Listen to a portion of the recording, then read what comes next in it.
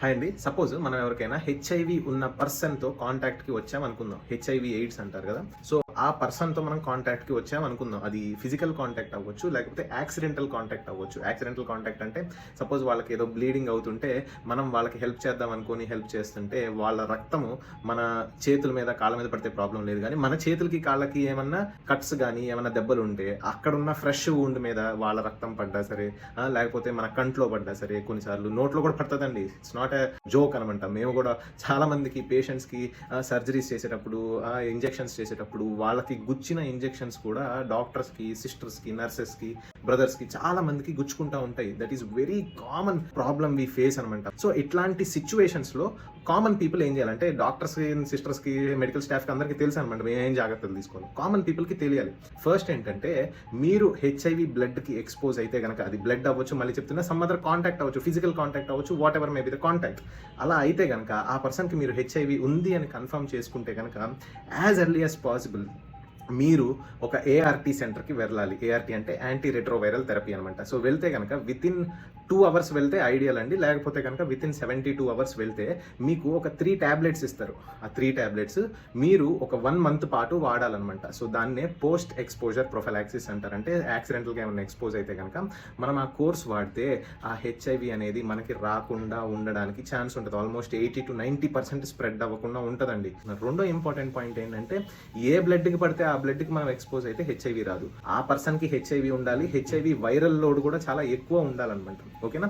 So రెండో విషయం ఏంటంటే ఈ హెచ్ఐవి వచ్చిన వాళ్ళని ఏదో తప్పుటోళ్ళలాగా చూడటం అలా కరెక్ట్ కాదనమాట.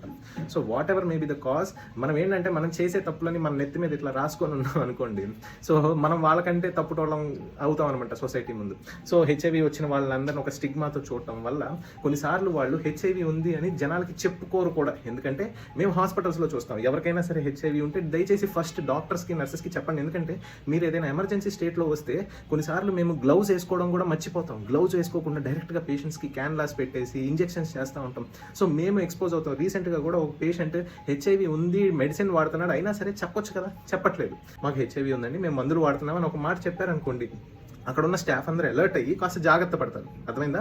సో హెచ్ఐవి అనేది కంప్లీట్లీ క్యూరబుల్ కాకపోయినా హెచ్ఐవి ఉన్న వాళ్ళు నార్మల్ లైఫ్ బతకొచ్చు. 60-70 సంవత్సరాలు నార్మల్గా బతకొచ్చు అండి ట్రీట్మెంట్ ద్వారా. కాకపోతే వాళ్ళు లాంగ్ టర్మ్గా మెడిసిన్స్ వాడాలి అండ్ దానివల్ల మినిమల్ సైడ్ ఎఫెక్ట్స్ ఉంటాయి. అర్థమైందా? ఏదైనా జబ్బు వచ్చినప్పుడు ఈ క్యాన్సర్ వచ్చి 6 నెలలు 2 సంవత్సరాల్లో చనిపోయే కంటే, so this is very much, అంటే నేనేదో దాన్ని సపోర్ట్ చేయట్లేదు కానీ it's not a bad thing అనమాట. ఒకప్పుడు ఏదో అది డెత్ సెంటెన్స్ లాగా చూస్తారు కానీ HIV is not a death sentence. So this message is for common people as well as the people with HIV. Please share this video with all your friends and family. Thank you.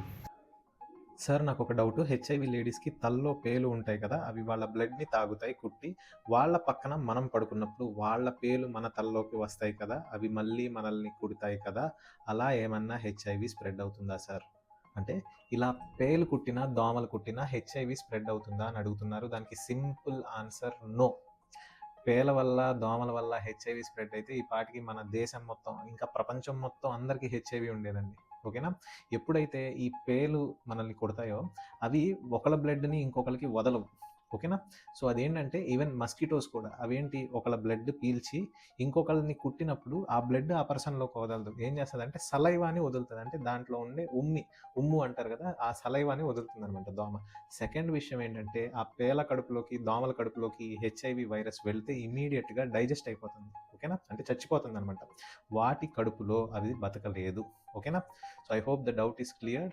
So పేల వల్ల, దోమల వల్ల, even HIV పర్సన్స్తో physical అంటే మామూలుగా hand shake ఇవ్వడం వల్ల, లేకపోతే వాళ్ళతో ఏదైనా స్పోర్ట్స్ కానీ అట్లా ఆడుకోవడం వల్ల, దానివల్ల హెచ్ఐవి అనేది స్ప్రెడ్ అవ్వదు.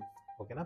సో ఇట్లాంటి వ్యాలిడ్ ఈ హెచ్ఐవి అనే కాదండి, మెనీ హెల్త్ రిలేటెడ్ ఫ్యాక్ట్స్ పీపుల్కి తెలియదు. జస్ట్ 1 మినిట్లో 30 సెకండ్స్లో నేను షేర్ చేస్తూ ఉంటాను. Please follow my page and share this video with all your friends and family. Thank you.